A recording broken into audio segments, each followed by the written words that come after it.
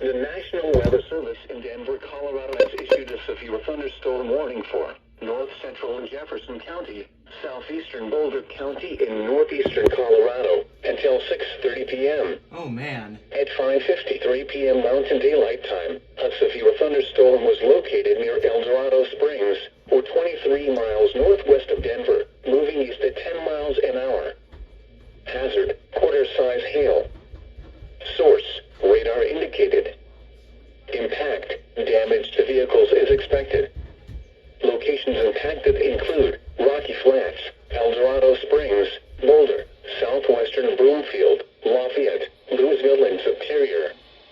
Large hail and damaging winds and continuous cloud-to-ground lightning is occurring with this storm. Oh, boy. Move indoors immediately. Lightning is one of nature's leading killers. Vehicles is expected. Locations impacted. How did that work?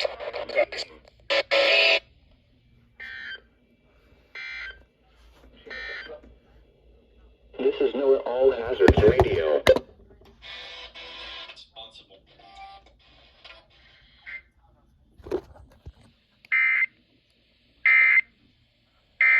Noah Kahan.